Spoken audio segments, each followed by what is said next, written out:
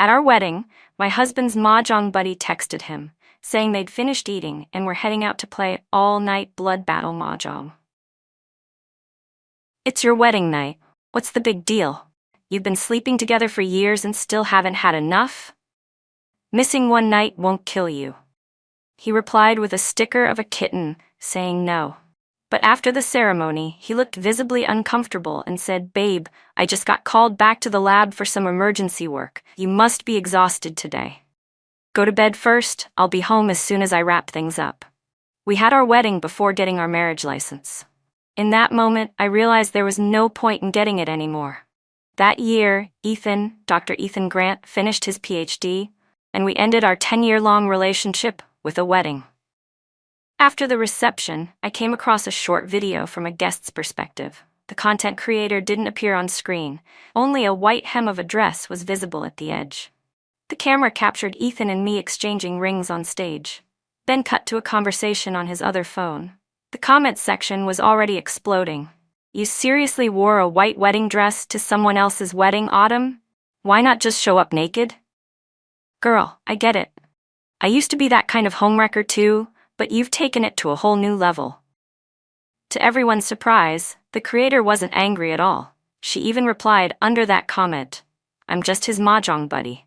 If your heart is dirty, everything you see looks dirty." A mahjong buddy? And you asked the groom to go play mahjong on his wedding night? Do you not understand boundaries? Didn't you see that he already turned you down? The creator saw the comment and tagged an account called Why, asking, "Hey, you really rejected me?" That account had never posted anything, had a default avatar, and didn't respond. But my heart suddenly dropped. Half an hour earlier, Ethan had stood in our wedding suite, looking troubled, and said, "Something urgent came up at the lab. Have to go handle it. Babe, you must be tired, get some sleep. I'll come home right after I'm done." Ethan had always been passionate about his research. I was upset, but I didn't doubt him. Now, holding my phone, my mind was in chaos. It wasn't that I trusted Ethan unconditionally, it was just that something this outrageous happening to me was too much to comprehend. From freshman year to the end of his PhD, we had been together for 10 years. At our wedding earlier that day, we had read letters we wrote to each other. Usually calm and composed, he choked up while reading his. With red eyes, he said, "Zoe, just thinking that it'll be you by my side for the next few decades, it makes me feel insanely happy." Could someone who looked at me like I was his entire world really be lying to me? I looked at the diamond ring on my finger, changed out of my red reception dress, and got in a cab. The content creator had just posted another photo, this time of a mahjong table, with a location tag. "Game on. I'm not leaving tonight until I win back all the bride money our senior put on the table." Ethan's major had an extremely skewed male-to-female ratio. As far as I knew, his advisor hadn't accepted any female students in recent years. Suddenly, I remembered. Back when Ethan was in grad school, he once casually mentioned a younger girl from undergrad who had helped out in the lab over the summer.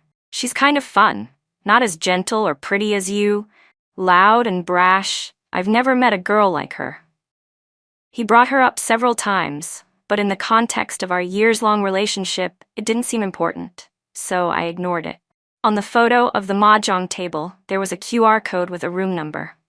I stood outside the door and happened to see a woman bringing in tea, so I stepped to the side. The moment the door opened, laughter from both men and women spilled into the hallway. I clearly heard Ethan's voice. "Who told you to order chrysanthemum tea?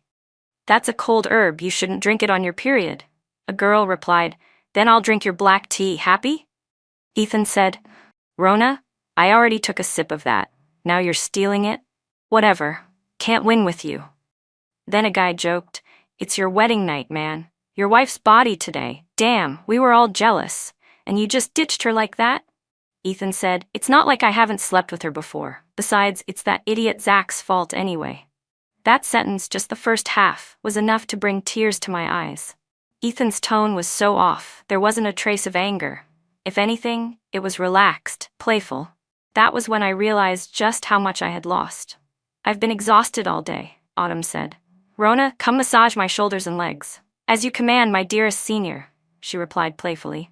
All of a sudden, I felt dizzy. I had to steady myself against the wall just to stay upright. I wiped away my tears, lowered my head, and took deep breaths, trying to calm myself. That's when my best friend messaged me. Babe, if this is really true, then what Ethan did is completely out of line.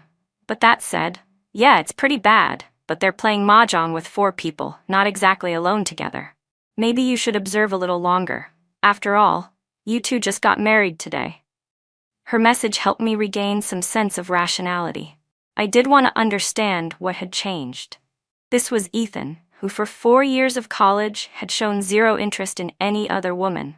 Ethan, who during his grad school days risked being disciplined by the university during a pandemic just to cross provinces to see me. Ethan, who couldn't bring himself to spend money on a decent suit for himself before the wedding, but insisted on buying me a nearly $15,000 wedding dress I'd only wear once. What reason? What kind of relationship? What would make that Ethan lie to me on our wedding night and leave me to go be with another girl? I dialed Ethan's number, but hung up before he could answer. Almost immediately, he sent a message. What's wrong, babe? I didn't reply. Then he called, and the custom ringtone I had set for him started playing. It was our song, his one and only ringtone.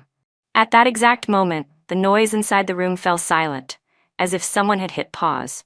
That was when I finally collected myself, walked to the door, and smiled as I asked, so this is the overtime you were talking about? In the 10 years we'd been together, Ethan had always been the calm and logical one. And yet today, he'd lost control twice. He suddenly stood up, his chair screeching against the floor as he rushed over to me. Panic was still flickering in his eyes. Babe, don't misunderstand. I'm not misunderstanding, I said flatly. You're playing mahjong, aren't you? Nothing shameful about that. So why the panic? Ethan replied carefully, but today is our wedding day. I dropped the smile from my face and looked at him without expression. Oh, so you do know that?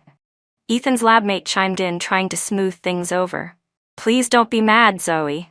It's Rona. She's in a tough place right now. Still job hunting after graduation. Super stressed. We were worried she might do something rash, so we just wanted to help her decompress a little with some mahjong. I turned to the girl named Rona. You don't have any family, friends, girlfriends to keep you company? It had to be Ethan, the guy who got married today? Before Rona could answer, Ethan gently squeezed my palm and said, Rona's thesis was in the same area as mine. I'm better equipped to talk her through it.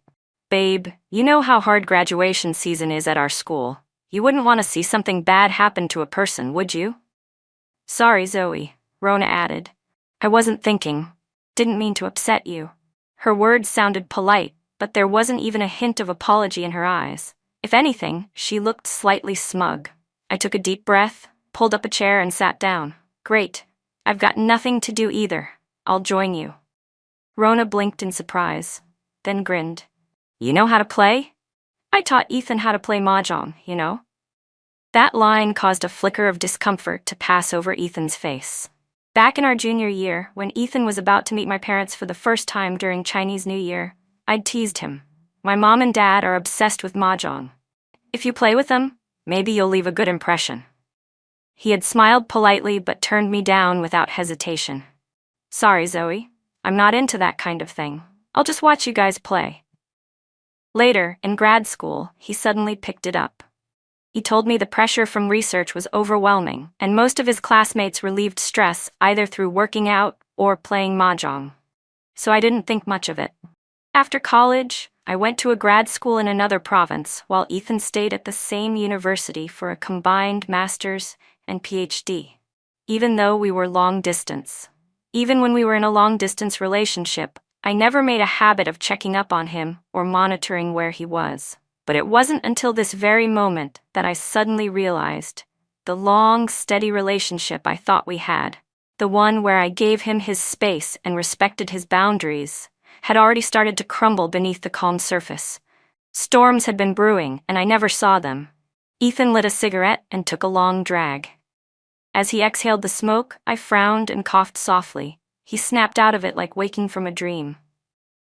Don't smoke. Zoe doesn't like the smell, he said quickly. And we're trying to conceive, remember? He stubbed it out immediately, opened the window, and began apologizing while waving the smoke away. I shook my head and walked straight to the mahjong table. I sat directly to Ethan's left, with Rona on his right. Ethan kept glancing at my expression, trying to read me. The air in the room felt strange, unnaturally calm but tense beneath the surface. He hadn't expected me to actually take the game seriously, but I did. Rona tossed out the 9-dot tile and casually said, "You two just got married. Why the rush to have a kid?"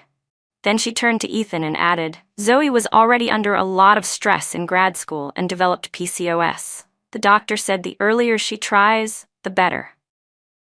She wasn't wrong. During my second year of grad school, my period had been delayed for 3 months, and I'd suddenly gained 10 pounds. I was terrified, thinking maybe we hadn't been careful the last time we saw each other.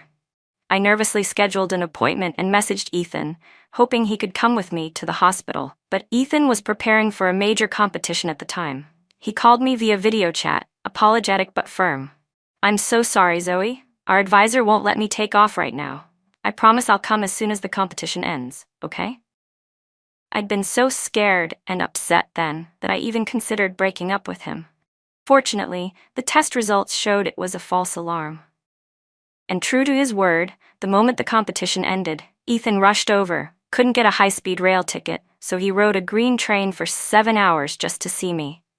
When I saw him, he was scruffy and exhausted, but the moment he wrapped me in his arms, he whispered, "I'm so sorry, Zoe. This was all my fault. I shouldn't have let you go through that alone." Thinking back on it now just made everything feel so ironic. Back then, he couldn't be with me for a medical appointment because the competition and his advisor were too important. But tonight, on our wedding night, he'd lied to me just to spend time playing games with his junior. He wasn't afraid of making me upset. Or maybe he thought that now that the wedding was done, we were officially tied together. And even if I found out the truth and got angry, what could I really do? I was still lost in thought when Rona suddenly said, "Zoe, once you have a baby, the pressure on Ethan to earn money for formula is gonna skyrocket, huh?" Then she glanced at my chest and added, not so subtly, "But with your figure, I bet you'll manage just fine."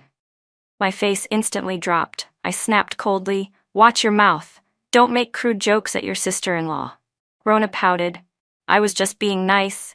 That's how I usually am. Just a jokester. No sense of boundaries. Don't take it personally, Zoe."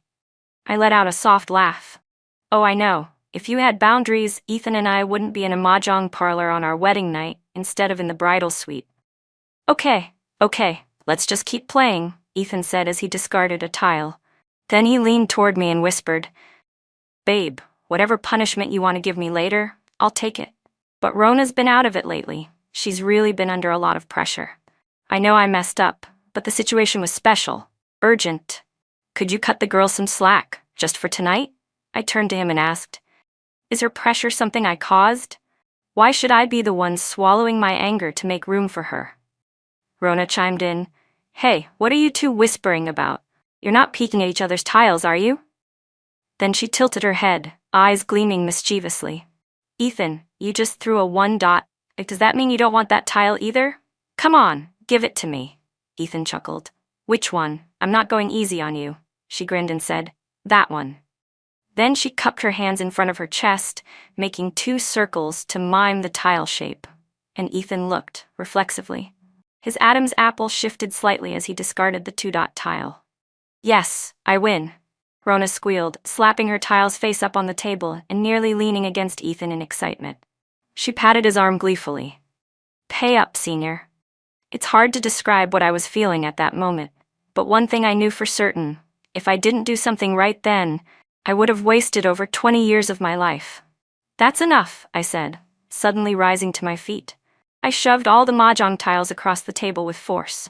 Rona's teacup, sitting near the edge, tipped and spilled its contents all over her arm. "Ow!" she cried out, clutching the arm where the hot tea had scalded her. Large tears rolled down her cheeks as she looked at me, hurt and aggrieved.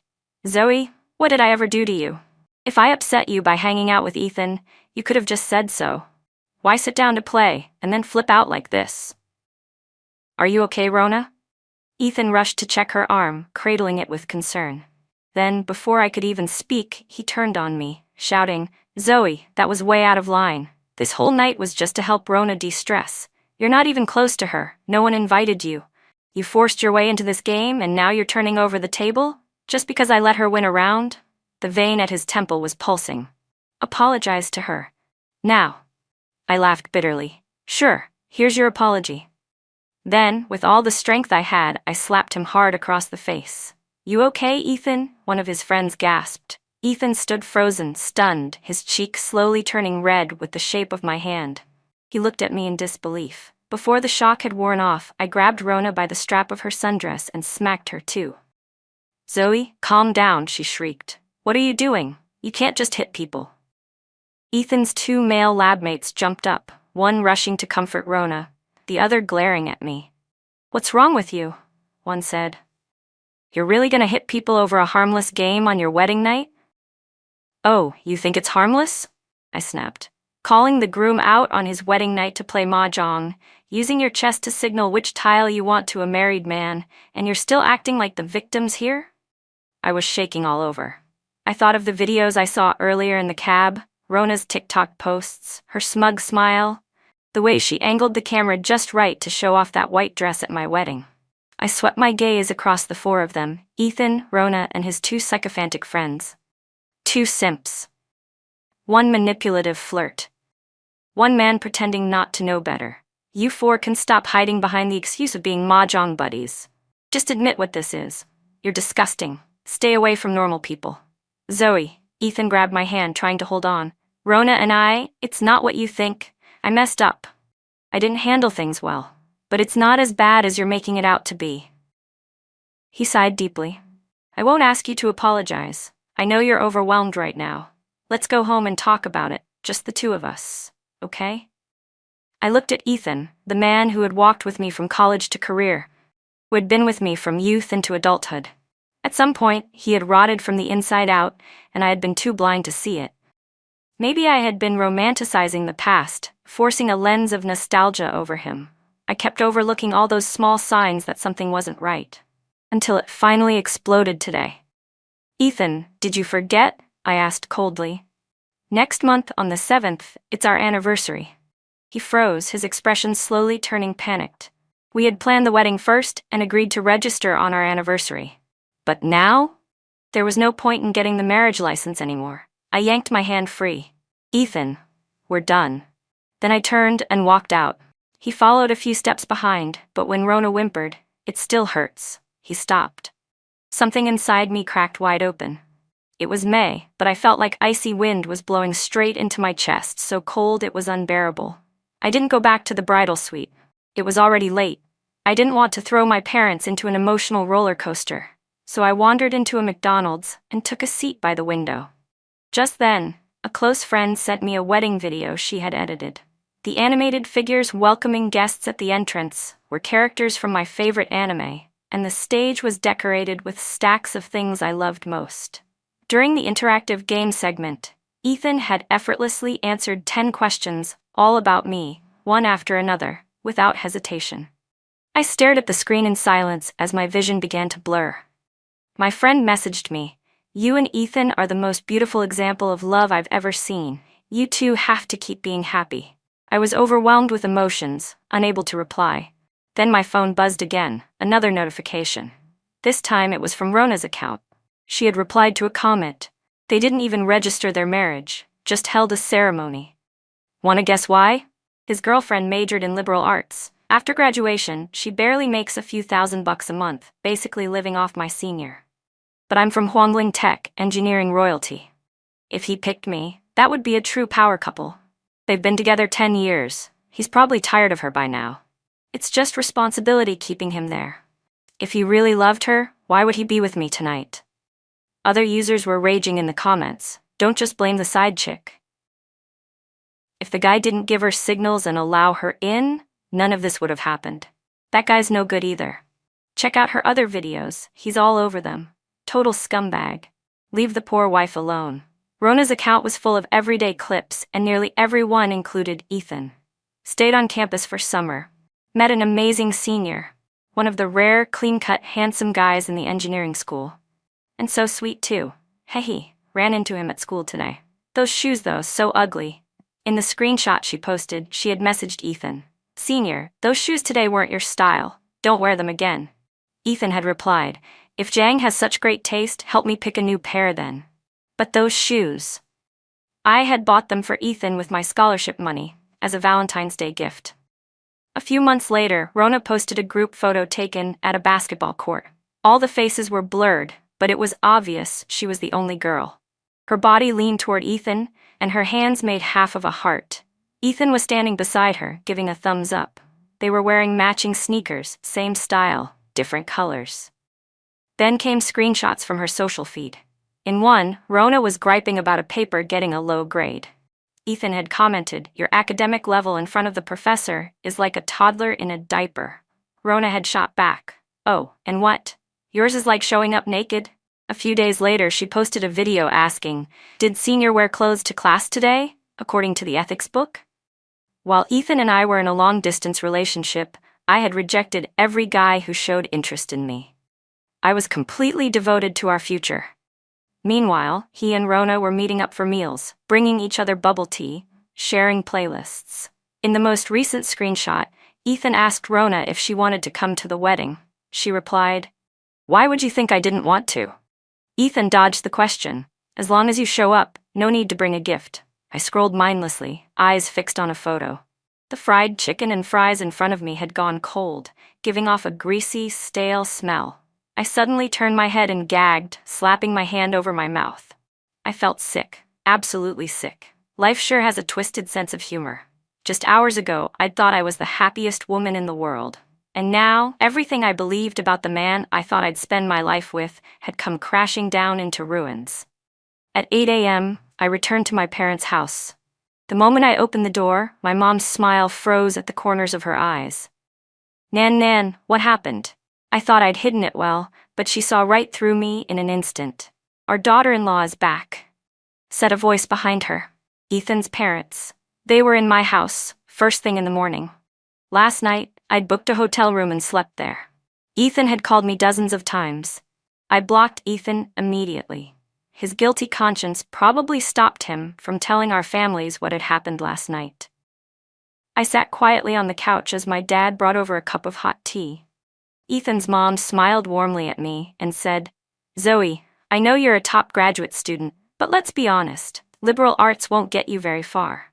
We're not expecting you to earn much. Once you two register your marriage, Ethan can get you a job doing admin work at a university. I hear it's easygoing for faculty spouses. Ethan will handle things outside the home, and you focus on taking care of the house and having a healthy baby boy. You're so gentle. It's clear you'll be a wonderful wife and mother." I calmly took a sip of tea. "Ma'am, I'm not planning to go." She blinked, stunned. "Not going? But you were calling me mom just yesterday over tea. Why are you calling me ma'am now?" Before I could answer, the doorbell rang, followed by a frantic knock. Ethan appeared at the door, breathless. He hadn't even changed clothes. His shirt was wrinkled, his face unshaven. It had only been one night, but he looked like a completely different person. "Zoe." Our parents sensed something was wrong, and the room filled with tension. I looked at him. "You want to say it, or should I?" "I really only see her as a junior. I swear I'll keep my distance from now on." "Please, Zoe, I won't do anything to make you angry again," he said, nearly begging. "I just didn't handle things well. I didn't cheat. You can't sentence me to death over this." "So you knew the whole time," I said slowly. "You knew what you were doing would upset me, and you still did it." I handed my phone to my parents, then looked at Ethan. I found Rona's video account. His face drained of color as if he suddenly remembered something. His fingers curled tightly, nails digging into his palm. I took a deep breath and continued, "Remember when I missed my period for 3 months? I was scared, thought I might be pregnant. I asked you to come with me to the doctor, and you said the competition was too important, you couldn't leave. But Ethan, didn't that competition end the day before you said it would?" The nausea and pain I'd felt the night before came rushing back. One of the photos Rona had posted showed 2 bowls of noodles. So lucky to attend the competition with my amazing senior. We even got to try the most famous seafood noodles on Weishi. Too bad the shop was closed yesterday, but senior saw I was disappointed and stayed an extra day to wait with me. Hey. The timestamp, the exact day I went to the OBGYN. That day, I sat alone on a disinfectant-scented bench, nervous and terrified, waiting for test results. Ethan knew how scared I was, and still chose to lie to me, just so he could stay in City A and eat noodles with a girl who called him Senior. Zoe, what are you two talking about? My dad asked. Did he do something to hurt you? I'll deal with him. Ethan's father looked meek and powerless, his raised hand hesitating in midair. I gave a faint smile. Not officially, no, but what he's done is more than enough to end our relationship. My parents studied the videos on my phone in silence. When my dad's hand started to rise, I quickly stopped him. Dad, calm down. Let me handle this. If I hit him, it's just a family conflict. Half, I said. But if you do it and he files a report, you could end up paying for it. It's not worth it. Right after I spoke, I slapped Ethan twice. His head jerked to the side. His eyes welled up with anguish. Zoe, go ahead, hit me. If that's what it takes for you to forgive me, I'll take it. Even if you want your dad to beat me within an inch of my life, I'll accept it. But please, don't see me this way. You know I'm not that kind of person. I never meant to hurt you. I smiled, sharp and cold. I thought I knew who you were. That's how you managed to fool me for so many years. But I don't want to be the fool anymore. My parents' expressions turned icy as they stood and ordered Ethan's family to leave. His parents, panicked, started defending him, but I cut in with just one sentence. After the wedding ended last night. He lied about working overtime, but in reality, he was out playing mahjong with a junior who had a crush on him. Ethan's parents, like ducks being choked by the neck, immediately went silent. Anyone with a normal sense of right and wrong would find that single act enough to clearly judge who's at fault. But since it was their own son, they still tried to plead for him. Ethan just got a little confused, his mother said. You two just got married yesterday. All your friends and family came.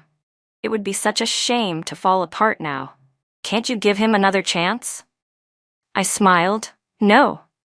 I wasn't going to wait until things got truly irreversible before I regretted everything. That afternoon, my parents went with me to the hospital. When I received the test results, I let out a long sigh of relief. I was both unlucky and lucky. Lucky that I hadn't yet been bound by a marriage license, and that no new life had started to grow inside me. I walked out of that hospital in time before it was too late. I opened Rona's account. Netizens were frantic. Come on, algorithm. Push this to the bride. The one who got married on May 1st at hotel name, your husband's flirting with his junior. I replied beneath the comments, thanks, I saw it. Within moments, comments flooded in. Good for you, girl. That kind of trash isn't worth mourning. Everyone, screenshot everything. The homewrecker's starting to delete videos. Apparently, Ethan had warned her. Rona's videos started disappearing fast until her account finally went private. But what neither of them realized was that while I was crying last night, I had also been screen recording everything. Later, she changed her profile bio to, I have depression. If something happens to me from all this bullying, you're all murderers. Ethan showed up again downstairs at my building. Zoe, yell at me, hit me, do whatever you want. But Rona is still young. She just doesn't know any better. Those people online are out of control. They've dug up all her personal information. Some are even spreading lies. You hit her last night, she's already paid the price. She doesn't deserve this. Can you help clear her name online? I honestly thought I'd misheard. The sheer absurdity of it was almost laughable. I had believed I could stay calm by now, but hearing this still made my chest ache. I looked him in the eye and asked, word by word, she didn't post those videos herself? She didn't take those photos? She didn't write those captions or say those flirty things? Now that someone has called her out for her twisted behavior, she can't handle the backlash? And I, the one she hurt, I'm supposed to defend her? But you used to be so kind, he started. I was kind, I said, but I'm not a saint. You said she's just young and doesn't know better. But what about you? Don't you know better? If you hadn't enabled her, encouraged her, and kept crossing the line, how could she have kept up that solo performance all this time? You, Ethan, are the real culprit here. When my parents found out Ethan had come again, they were furious and cursed him out. To make me feel better, they took me out to a fancy meal. We strolled for a long time along the riverbank afterward. That night, I posted a statement on social media announcing the end of my relationship with Ethan. Our friends and family, who had just attended our wedding, were stunned. Ethan's parents called again. "We're both respectable families," his mother pleaded. "How could you divorce the day after the wedding? The whole neighborhood will talk. Zoe, your uncle and aunt have always treated you well. Can't you consider us too?" She added, "How about this? Let Ethan take you shopping for some gold or designer bags. We'll even add your name to the deed of the new apartment. Would that help?" I replied, "This relationship didn't end because I did something wrong. Why should I feel ashamed? The one who disgraced your family was your son. If you're so concerned about appearances, maybe ask him why, when he did those things, he didn't think about how it would reflect on you." My dad grabbed the phone and hung up. Then he blocked the number. My mom muttered quietly, "They do have a point though. You two just got married. I'm worried that if people hear about all this, it might make it hard for you to find someone in the future." "So what?" I said. My dad looked at both of us seriously and said, "Why should we worry about the reputation of a man who was never worthy of being part of our family in the first place? Zoe, from the time you were born, your mom and I never once scolded you harshly. But while we weren't watching, another man made you suffer so much. All I wanted was for my daughter not to keep suffering. I didn't care about saving face. My eyes stung, and I quickly turned my head away, letting the river breeze sweep away the tears that hadn't yet fallen. Suddenly, I felt pressure on both sides of my body. Dad hooked his arm through mine, and Mom wrapped hers around my shoulders from the other side. In perfect unison, they said, "Zoe, whatever you decide, we support you. As long as you're happy." When the holiday ended, I submitted my resignation to the company. Ethan still hadn't given up. It seemed he'd finally gained some clarity. He stopped pleading on Rona's behalf, and instead tried every way he could think of to win me back. He had already reported to the university he was hired at. It was all the way across the city from where I lived, north and south ends. Every morning, he came to my building to bring me breakfast as I headed out for my morning run. At night, he crossed the city again to come back. If I didn't agree to see him, he just sat downstairs and waited. He did this for over half a month. The dark circles under his eyes had deepened. So today, I came downstairs and called out to him. His eyes lit up until he heard me say, "Don't come here again." Ethan stammered, "Zoe, I missed out on so much time with you when we were long distance. Let me make it up to you now. I'll double it, okay?" I shook my head, but I don't need that anymore. Dad, standing just behind me, snorted harshly through his nose and let out a cold laugh. "Why didn't you do all this before, huh?" "Sweetheart," Ethan started. "Don't call her that, you little punk." Dad snapped. I held Dad back and told him to go home first so I could speak to Ethan alone. He went upstairs, clearly displeased, and before long I saw the upstairs light flick on. I glanced up. Dad was leaning by the window, glaring down at us. I exhaled slowly. "Ethan, there shouldn't be any financial disputes between us. We'll each return the wedding gifts our families received. I'll return the bride price. The apartment is in your family's name, and the car and dowry are still with me. We never registered the marriage." He stared at me, eyes fixed. Then suddenly his eyes turned red. "Zoe, it's been 10 years. I've never once thought about leaving you. Everything I said at the wedding, I meant it. As for Rona..." He hesitated. "She's just a junior who looked up to me. She was enthusiastic, and I didn't want to shut her out coldly. We got to know each other. I only ever saw her as a female friend.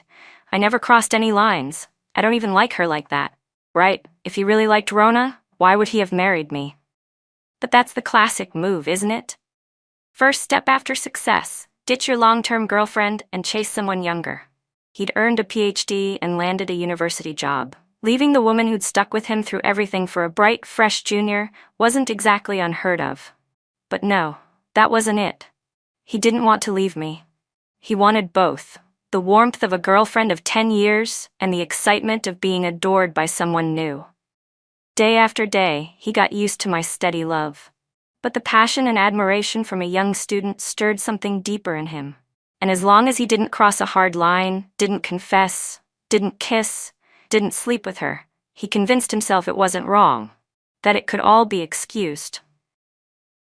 But Ethan, Did you really think that as long as you didn't say sweet nothings, as long as you didn't do something physically intimate, then every little moment you gave her, every chance you let her slip into your life, could just be written off like nothing? You're not clueless. You just took a gamble. You pretended not to know, because you were hoping I'd never leave.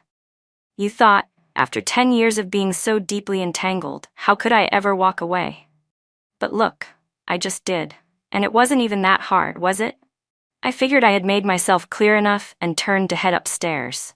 But Ethan grabbed my wrist and refused to let go. We haven't even been together since grad school started, he choked out. I was just lonely. I know I messed up, seriously, deeply messed up.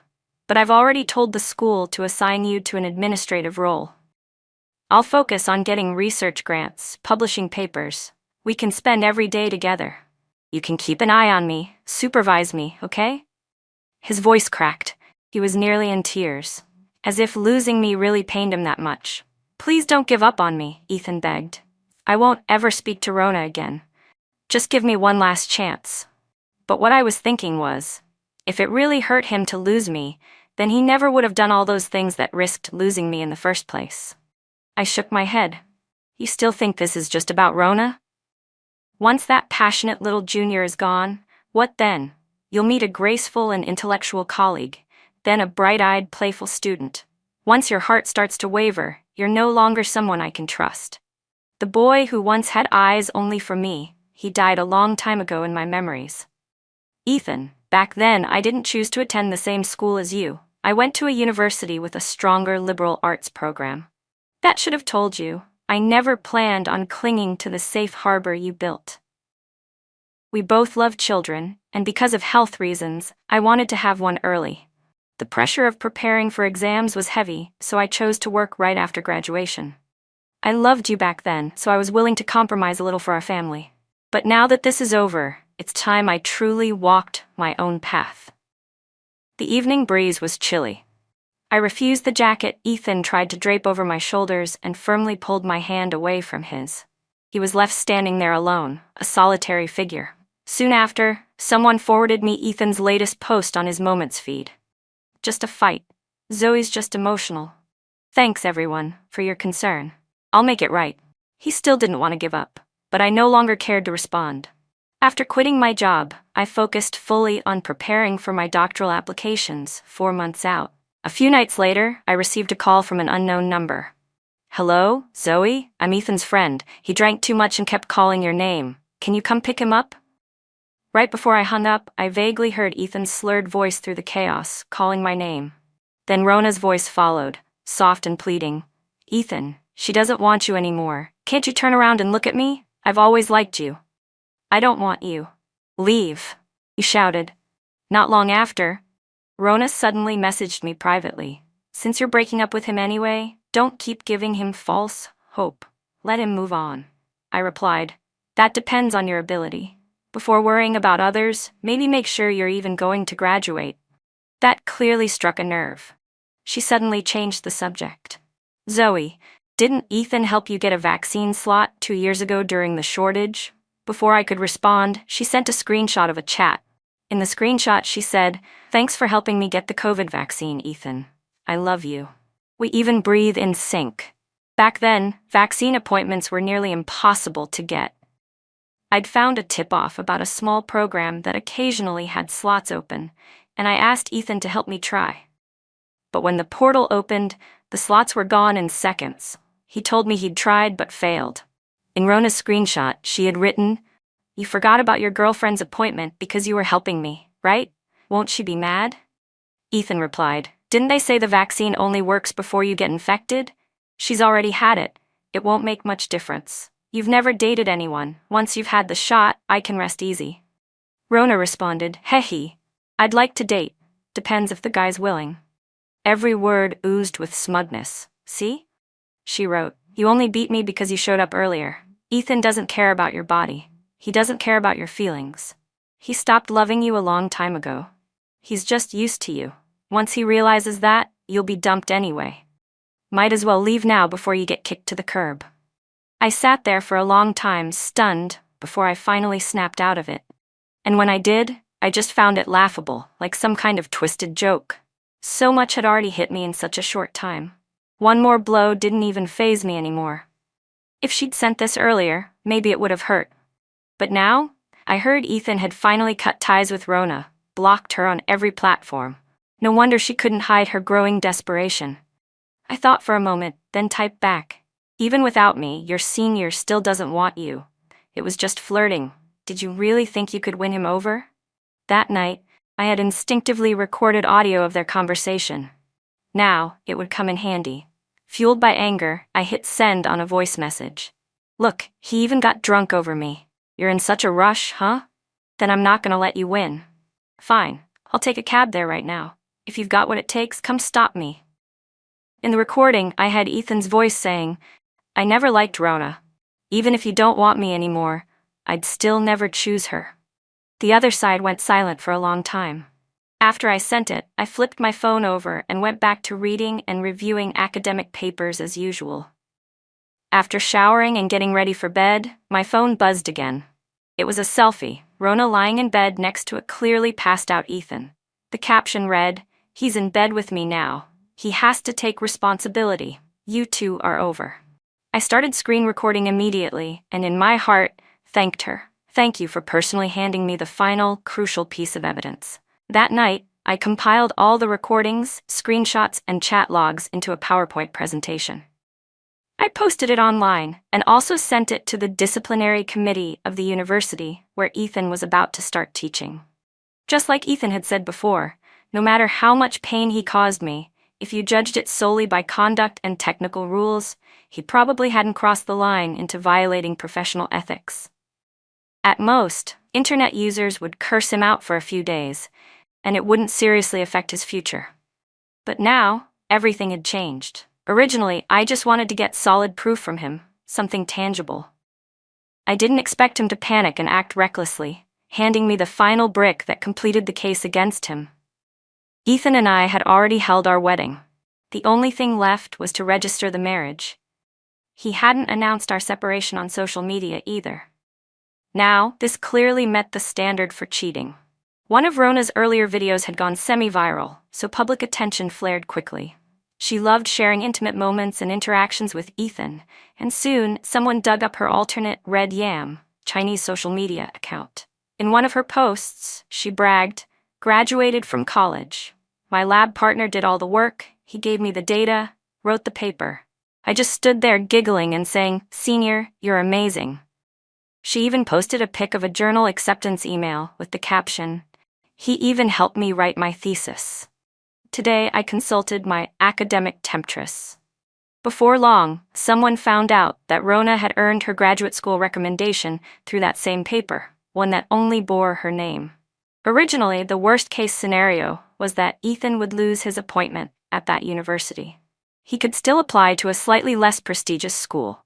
But now, with academic misconduct in the picture, once the university investigated, his entire academic career might be at risk. The next time I saw Ethan, the grief in his eyes from before had turned to indignation and blame. "Zoe, I thought we agreed to part peacefully," he said bitterly. "Why are you trying to destroy me now?" I furrowed my brows. "You're seriously accusing me of being cruel, when you're the one who crossed the line again and again? Actions have consequences, Ethan. You brought this on yourself." Public opinion exploded online and off. People were glued to the drama. LOL, they're not even pretending anymore. I'm bald from all the revisions on my thesis, and this chick just flirts and gets everything handed to her? You think you've got it bad? I'm in the same major as the PDF queen. She was up before 8 every day, busy with student council and competitions, while Rona posted food pics every day, and she still got the top paper score? I got bumped off the guaranteed grad school list, and now I'm stuck grinding for the entrance exams. I hate them both. One user added, "I've wanted to speak out for a long time, but I didn't know the real girlfriend. Now I do." Another, "I'm Ethan's classmate in the PhD program. Everyone knows his lab had a wife on the side. It was gross." Who says life doesn't have an audience? Just as the scandal was peaking, people started posting sightings of Ethan and Rona. Rona had gone to the university and was clinging to him, crying, yelling, "I gave you my first time, you have to take responsibility." But Ethan had no intention of taking responsibility, especially now that he'd lost his job. How could he possibly be in a good mood? He lost control and pushed her. Rona fell and fractured a bone. She called the police. After Ethan was taken into custody, Rona started crying and yelling at the police. "I was just trying to scare him a little." "Why did you lock him up?" "I don't care. I don't care. I'm the one involved, and I'm not pressing charges." "What right do you have to keep him detained? If he ends up homeless because of this, then there's no way we'll ever be together." He almost got charged with obstruction of justice too. When Ethan finally emerged, exhausted, disheveled, and defeated, days had passed. He didn't exactly hate Rona, but he definitely wanted nothing more to do with her. Whenever he saw her, it was like he'd seen a ghost. All he said was, "My biggest regret in life is letting you talk me into leaving that night after the wedding. If it weren't for you, my entire life, my career, none of it would have ended up like this." No matter how tangled they once were, I no longer had the energy or interest to keep paying attention. Starting in September, I focused on preparing my PhD applications, research proposals, personal statements, letters of recommendation. Even though I was applying years after graduation, the research I did during my master's was substantial and solid. Time passed quickly, and though it was tight, my life moved forward steadily. In May of the following year, I received an acceptance letter from the program I had most hoped for. And it was around then that I heard about Rona again. She had gone viral online, again. The previous scandal had wrecked her ability to focus on writing her thesis. She didn't have a second faculty mentor to help her. And even though the school had been willing to give her another chance, she ended up walking away with nothing more than a certificate of completion. She relied on her undergrad degree to land a job at an ordinary company, but she was so used to getting things handed to her that she didn't know how to function. She ended up having an affair with a married supervisor, and when his wife caught them in the act at work, she beat Rona up on the spot. Someone filmed the whole scene and posted it online. Netizens had a field day. Had a crush on your drill instructor during training, liked your senior in school, chased after your boss at work. Girl, you really don't want to take a single detour, huh? With Rona back in the headlines, people naturally started wondering what had become of the other main character, Ethan. "I'm in the same PhD program as the guy," one comment read. "He's actually pretty capable in his field, so once this blew up, of course his rivals jumped at the chance to destroy him. Between the academic fraud and the behavior issues, not to mention doing time, it's over. No halfway decent school would touch him now." Apparently, he'd ended up in the workforce too. What a coincidence, at a company in the same tech park as Rona's. And just like before, she latched onto him again.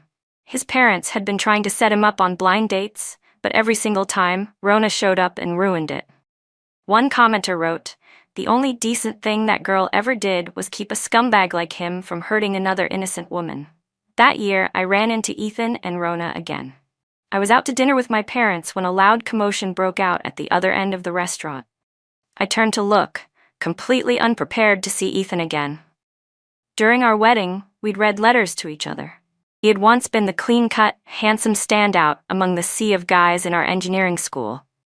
Now, he had gained weight. His beard was unshaven, the corners of his mouth drooped, and a deep crease sat permanently between his brows. Next to him was Rona, clinging to his arm. Her once bubbly look had withered, her face sharp and bitter.